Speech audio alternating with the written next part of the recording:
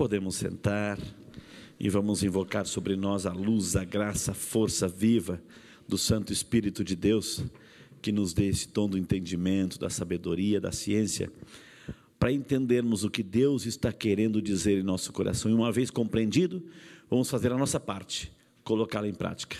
Amém? Na primeira leitura, olha que interessante assim, né? Deus, ele confirma a autoridade de Moisés.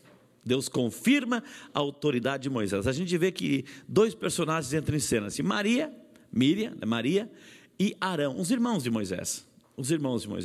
Ah, mas assim, Deus também fala conosco, por que só com Moisés? Enfim, pintou aquele ciúminho caseiro ali, né, dentro de casa, dentro dos irmãos, enfim.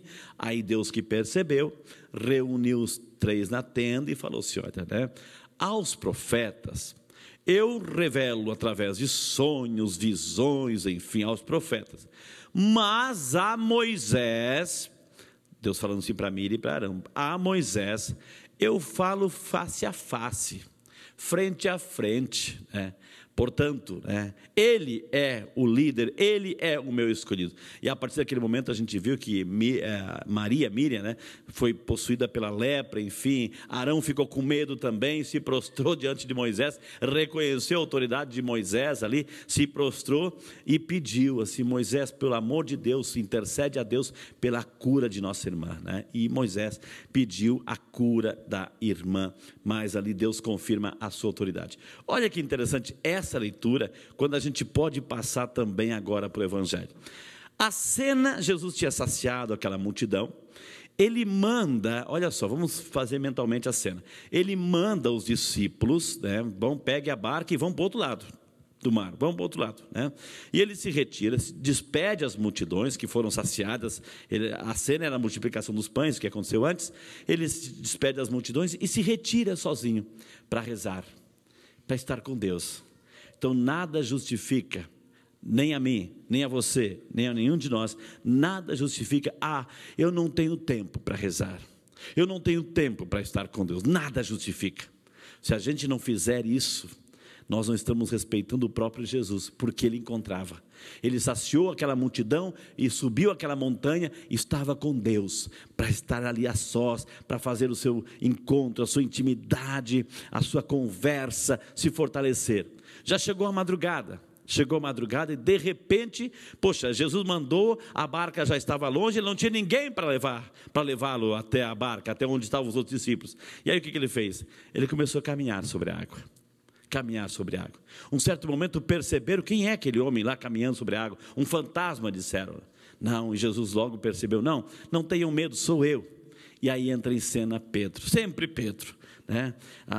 Afoito como sempre, né? Senhor, se és tu, manda-me que eu caminhe sobre as águas. E Jesus falou assim, vem Pedro.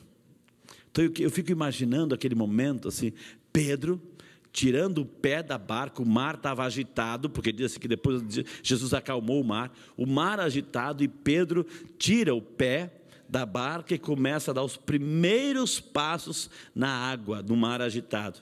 Ele começa a andar e sente um certo sentido, um certo momento ele sente uma autoconfiança total, certamente dizendo assim, eu sou o Pedro, quem vocês estão achando que são? Eu sou o Pedro. E começou a olhar para o lado, de repente ele sentiu a força do vento e começou a afundar.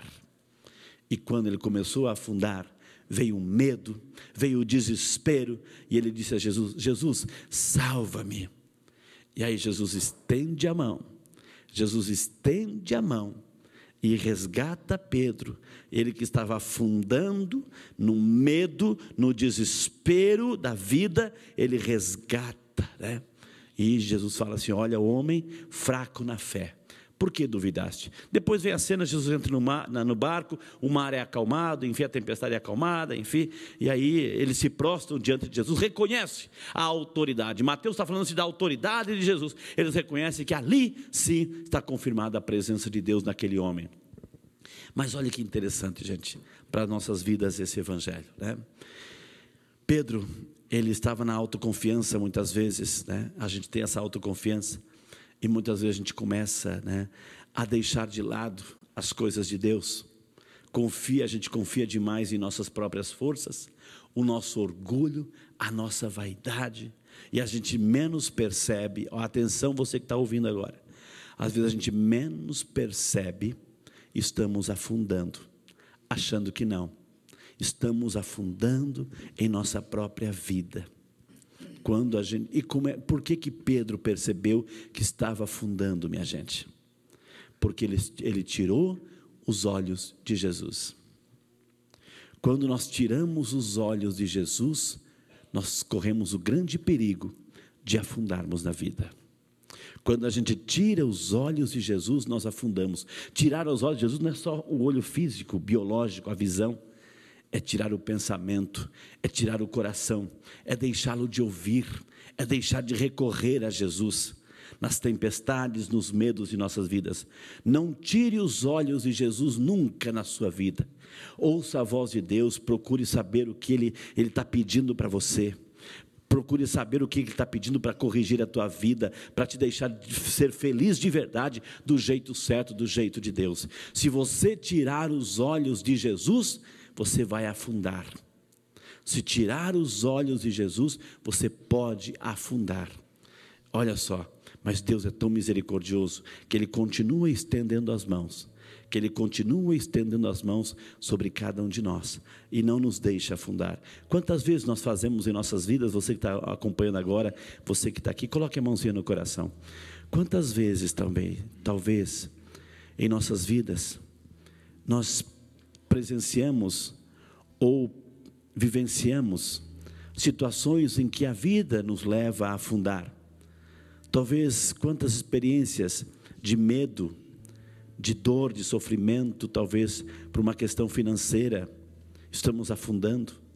Talvez uma questão até mesmo de alguma enfermidade. Fazemos a experiência de que a vida nos leve para baixo, nos faça afogar. E aí nessa hora, se a gente não tem a fé necessária para recorrer, para gritar o nome de Jesus, pode ser que nós afundemos. Pode ser que a gente continue no lamaçal do nosso pecado, que nos leva ao abismo. E a palavra de Deus fala assim, que um abismo atrai outro abismo. Uma coisa errada atrai outra coisa errada, não tem jeito. Ou a gente tem força e coragem para consertar, para ter essa coragem suficiente para fazer a coisa certa, para consertar os erros feitos, porque senão a gente vai se afundando, porque senão a nossa família vai se destruindo, porque senão a vida vai se destruindo, e nós vamos entrando cada vez mais num buraco, num abismo, e a palavra fala mais uma vez, um abismo atrai outro abismo. Ou a gente tem a coragem de olhar nos olhos de Jesus, estender a mão, reconhecer o erro, reconhecer o pecado, e dizer, Senhor, salva-me. Ou a gente vai continuar se afundando cada vez mais na vida, achando que estamos fazendo a coisa certa, achando que em nome de uma felicidade, em nome de eu tomo conta da minha vida, ninguém tem a ver nada com a minha vida, eu vou fazer o que eu quero. Cuidado você que pensa assim, porque você pode se afundar cada vez mais, destruir a tua vida, a tua alma, a tua família, a tua história. Mas Jesus se apresenta hoje, meu amado, minha amada, estendendo a mão para você, estendendo a mão. Agarre nessa mão de Jesus, agarre nessa mão de Jesus, e diz, Senhor, salva-me, eu quero fazer a coisa certa, eu quero fazer a coisa certa, não deixa, Senhor, eu me afundar, eu quero hoje, Senhor, fazer a coisa certa. Acalma as tempestades das minhas vidas, Senhor, da minha vida, não deixe me afundar nesse problema, não deixe com que esse problema que eu estou vivendo, ou que a minha família esteja vivendo, Senhor, afundar cada vez mais.